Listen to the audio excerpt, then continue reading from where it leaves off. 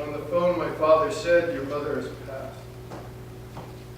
"My mom died," read the card on Google Keep. "I'm sorry to hear about your mother," was the message on Facebook. "My condolences," read an email. And because of losing completely my short-term memory, each time was like a knife to the heart, each time afresh as the first. The 21st century has a myriad of different ways to communicate. But one message came through, the shock of hearing it for the first time, over and over again. And that was my mother's immense capacity for compassion. It takes a strong soul to hold that much compassion.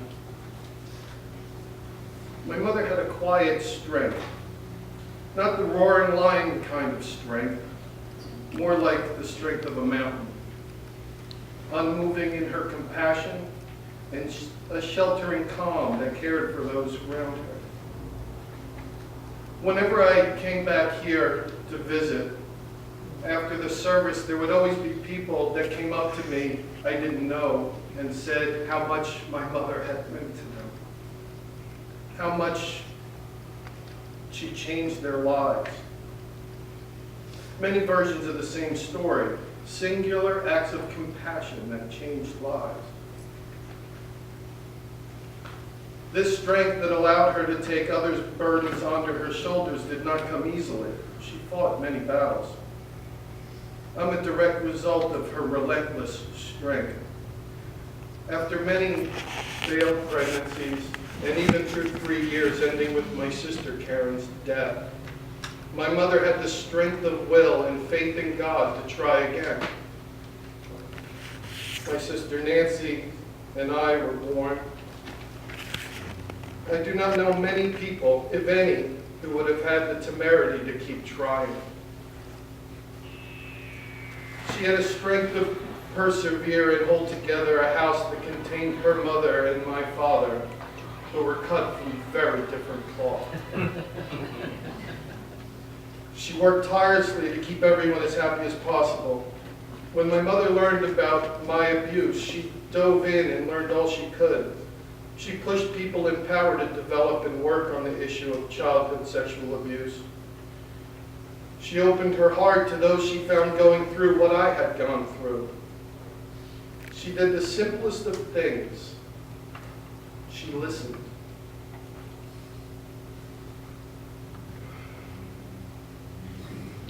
She felt their pain, and this changed their lives.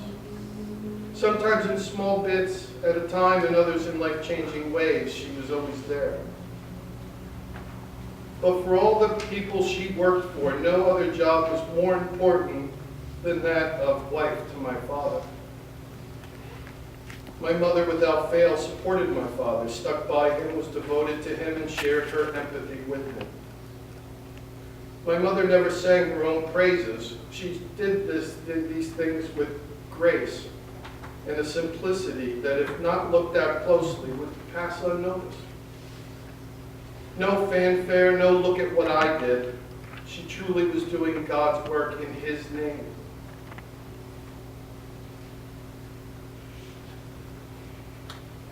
She accepted all who came into her orbit, and had great patience and fortitude. She taught me through her actions, not words or thoughts. Jesus taught us, love one another as I have loved you. And quite simply, this is what she did. She was the mediator and plugger of holes. If she could not fix it herself, she found someone who could. And if you were one of those people that could, and she asked you, it was nearly impossible to say no. This single-mindedness of purpose cost me dearly. I remember this one night, the night before the Cub Scout blue and gold dinner. My mother and our neighbor, Aunt Joy, were building a totem pole out of coffee cans for the centerpiece that they were running. And they were running out of time. The blue and gold dinner was the next night. Joy kept saying that they were not going to finish in time, and In a brilliantly timed move, I came downstairs with a really bloody nose. My mom hopped up, packed it, sat me on the couch, put my head back, said pinch it, and went back to work on the totem pole. An hour or so later, I was still breathing pretty well. And she popped up, got some ice, put the ice on, said pinch the nose, put my head back, and went back to work on the totem pole. This went on until I was starting to feel a little lightheaded from the loss of blood. They got the totem pole done. My mother took me to the hospital where we waited hours for them to pack my nose and get the bleeding to stop. She then came home early.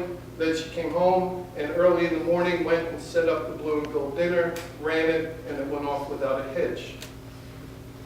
Never mentioning that she probably didn't sleep that night.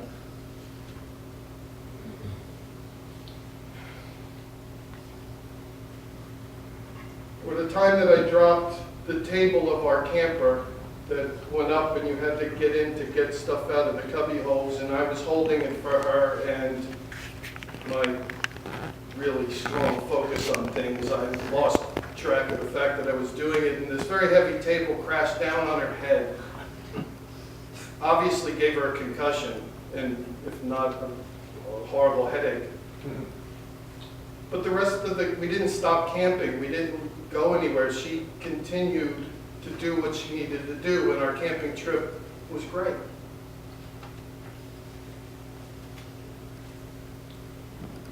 I can remember no fuss being made at all about it. Quiet spring. Our friend Doris wrote this on Facebook. God definitely gained a beautiful angel, even if she won't be singing in the heavenly chorus.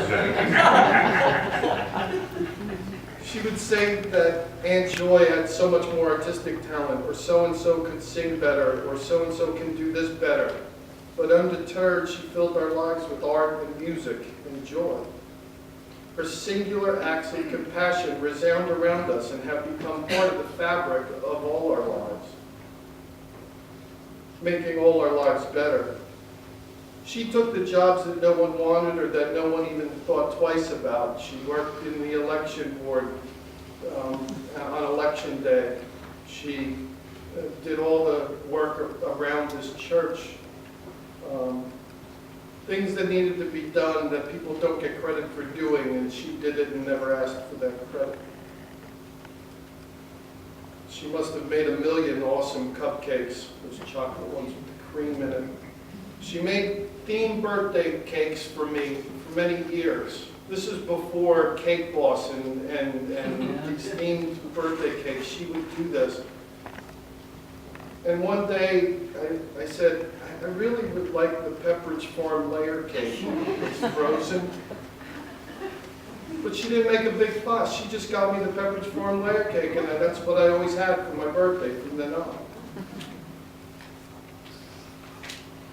She did not get upset or sulk. She just quietly would move on to the next thing and do what needed to be done. My mother was the grease that kept many of our lives running. This church, both my father and I helped build this church. We're the core of this church. I'm sure they wouldn't say so or would limit their importance in the matter. My father, as deacon, president of the council, ran the Sunday school. He was the face of this church. My mother did everything else that needed to be done, though. She was like Ginger Rogers, who did everything Fred Astaire did, but backwards and in high heels. And looked graceful doing it, and elegant. She may not be singing with the angels, but I'm sure she's dancing with them.